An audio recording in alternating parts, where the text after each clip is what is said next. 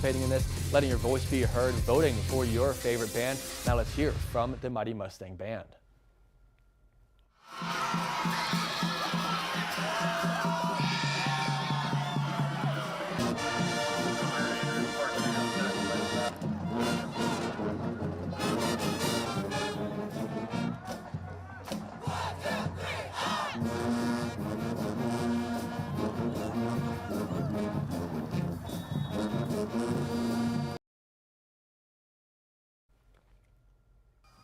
So let's see how it went on the field. A lot of spirit from both sides as both teams were early on the scoreboard. Andrews with the first touchdown of the game. A great catch by Jayshawn DeBooz.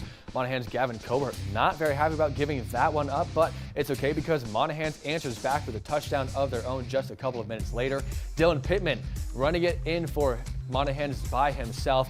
It is good. The referee will signal just barely getting it in, diving over the pylon. And that was about all the action for the first half of the game. It got a lot better in the second half, though. Let's see the final score as Andrews gets their second win of the season. Monahan's dropping to 0-5 through their non-district schedule. They'll be looking to find a way into the win column as they take on the Pecos Eagles in Week 6. That should be a pretty exciting game here. Let's get to another game here. How about Fort Stockton hosting an undefeated Lubbock Liberty team? Lubbock quarterback Colton Bichard handoff to the sophomore running back Caden Joseph, who punches it in for the first touchdown of the game. And just like that first clip, it's Caden Joseph striking again to extend the Patriot lead. Fort Stockton really needs to find something here. Quarterback Jerry Diaz connects with his receiver Nicky Sotelo, but just as the Panthers find some momentum, the ball is punched out and Liberty recovers it. So now Colton Bichard drops in to pass and he finds his man way downfield, Pierce Fioroni for the touchdown. Liberty gets a huge win tonight to stay undefeated. They are now 5-0 as it was 56-0 tonight. Fort Stockton drops to 3-2 now. They're going to be playing Big Spring in Week 6. Let's see how the Big Spring Steers did in their game tonight, taking on the Snyder Tigers. Big Spring gets a win. So both Big Spring and Fort Stockton heading into that great Week 6 matchup we saw Fort Stockton lose that one. So Big Spring coming in with some momentum, hoping to keep that going as Fort Stockton hopes to avoid dropping yet another game. How about the Greenwood Rangers looking to stay undefeated? And they do. 5-0 for Greenwood through their non-district schedule. 47-3 over the Pecos Eagles. Pecos and Monahan's both licking their wounds going into next week. Just 3 points between the two sides. Monahan's did find the end zone a couple of times in that one, but Monahan's and Pecos both looking to get back into the win column in an important 4A game that will be next week. All right, let's talk about our game of the week, our first district games of the season. A lot of our teams were finishing off their non-district schedules, but the Golden Cranes and the Compass Cougars, they are starting their district schedule tonight. First Alert 7 Sierra Burnett is out there with that recap for us.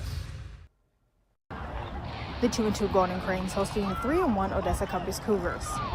Cranes quarterback Hudson Willis throws a 30-yard bomb to wide receiver Baltimore Aguirre for the first down.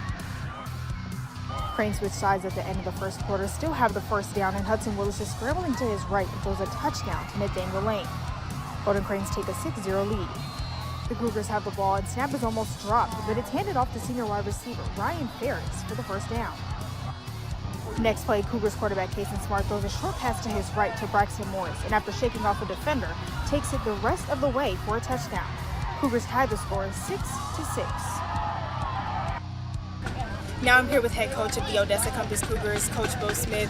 So first district win on the road. How did it feel?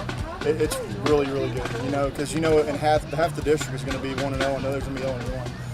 You want to put yourself in that position, to fight for a district championship and move on to a playoff run. So, I think moving up one step closer to that is big for every team in the district. All right, Sierra, thank you so much. Now, these are the other district opponents for Compass and Crane. Alpine looks like the last score that we have is in the fourth quarter, looking to get a win over the Anthony Wildcats, 41-14. Alpine will host Crane this time next week. Crane looking to get their first district win. Compass will be looking to keep it going as the Cougars take on the Anthony Wildcats. All right, up next, we get to meet our player of the week. It's a good one. Take a look. Tonight's player of the week brought to you by Green Tech Diesel. So our player of the week is Legacy quarterback JP Reyes. Last week against the Abilene Eagles, the Rebels grabbed a win, and JP re-upped on his own school record, extending it for most passing yards in a single game. That record now stands at 469 yards. I went down to practice at Legacy to run a couple of drills and learn from JP. First of all, he throws a much better ball than I do. I stopped playing football for flag football, so I had a lot to learn from him. I also got to learn more about his football journey, and you can see that full interview on our website. That is firstalert7.com. Another big award from this week, our team of the week. Let's get to meet them.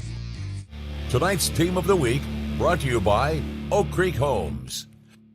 So our team of the week is the Ira Ann Braves. Ira Ann just one loss this season. That was to a strong Compass team that we saw got their first district win tonight against Crane. Now, since that loss to Compass, the Braves have won back-to-back games, including last week a 47-0 shutout against the Winters Blizzards. So with the Braves as our team of the week, that brings us to the Ira Ann cheer team for our cheer team of the week. Tonight's cheer team of the week brought to you by Kimberly Quintero of Fathom Realty.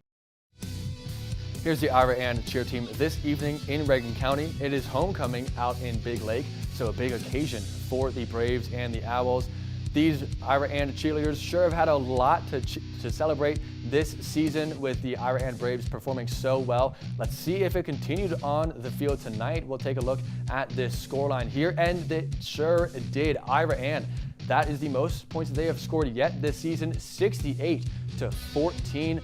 Ira Ann, a big win there. They are now 4-1 through 5 weeks. Reagan County needing to find their way back into the win column. It's been a little bit of an up and down season for the Owls in Big Lake. All right, how about this big game here? Coahoma 4-0 coming into tonight. Wink ranked in the state according to Dave Campbell's rankings there. So let's head out to Coahoma and check in with First Alert 7's Wyatt Nunn. We just wrapped up a big game here in Howard County with two teams with a lot on the line. Wink ranked 7th in Class 2 Division II on TexasFootball.com, and Coahoma looking to extend their winning streak. Well, when it was all said and done, the Bulldogs came out on top 35-14. Let's get to the highlights. Big Springs Air Evac 54 helicopter crew delivering today's game ball. Late first quarter, still scoreless. Coahoma 0 on 4th down when Austin Joslin finds Andre Russian at the pylon. Bulldogs take a 7-0 lead. And they'd really get going in the second quarter. Coahoma's Lanson Moore runs into a pack of Wildcats, keeps pounding, and turns in a 10-yard touchdown. Missed PAT makes it 13-0. A few minutes later, Bulldogs on offense yet again. Joslin connects with Jaden Henderson, and Henderson fires up the Jets. It's a 35-yard dash to the end zone and a 21-point advantage for Coahoma. Seconds left in the half, and Austin Joslin puts a cherry on top. He passes to Landon Wells, and Wells bullies his way into a score. Congrats to the Bulldogs on the win, and congrats to Paisley Osborne for being crowned the Coahoma Homecoming Queen. I'm here with Coahoma head football coach Chris Joslin. Coach, real exciting win tonight and a big performance by the offense. What did it take to get it done on homecoming? First of all, our defense played outstanding. You're right, we played good on offense, but our defense, that's the best running back we were going to play for a little while. And last year he ate us up, and we preached all week, you got to get to the football and help tackle, and really proud of our defense. Only giving up 7 tonight. Our offense gave the other 7 up. But the thing I'm most proud about this team is huge win last week. And we challenged them this week. You got to be ready each and every week because we got good teams coming all the way down. And they came out ready to play tonight. Thank you, Coach. Reporting in Coahoma, Wyatt Nunn, First Alert 7 Sports. Wyatt, thank you. A great win there for the now still undefeated Coahoma Bulldogs. How about these Stanton Buffaloes? They cannot get it done against Ballinger. That is 21-17. Stanton loses there. They're going to be taking on San Antonio Cornerstone in Week 6. How about another couple 2A games before we continue on with some more scores here, I guess. McCamey losing to Sonora 47-13 is a loss for the Badgers, and the Fort Stanton Buffaloes didn't fare much better. If anything, they fared off a little bit worse against the Ropes Eagles, 59-0. Forsan can't get it done tonight. All right, a few six-man games before we let you go. Buena Vista couldn't get it done against Westbrook. Westbrook has been a pretty great team this year, except for when we saw them against the Rankin Red Devils. Westbrook gets a 64-16 win against Buena Vista, and the Grady Wildcats stay undefeated, now at 5-0 against Lubbock Homeschool Christian. 46-0 was that win there. How about some more scores? The Marfa Shorthorns get it done against the Sanderson Eagles, 29-18. Coach Kevin Pippin and his Marfa Shorthorns getting it done tonight. And like I said, the Rankin Red Devils got the better of Westbrook, and tonight, this was last night actually, Rankin got the better of the Rock Springs Angoras. 58-12, Rankin doing pretty well this season. Garden City, a big 58-0 shutout against Midland Trinity. The Chargers can't get it done. Garden City will host Westbrook in Week 6. That should be a pretty high-powered offensive matchup there between Garden City and Westbrook. How about the Grand Falls Royalty Cowboys, hoping to repeat as district champions this year? This will be some good momentum for them going past this week. 57-12 against Midland Holy Cross. The Cowboys get a win there.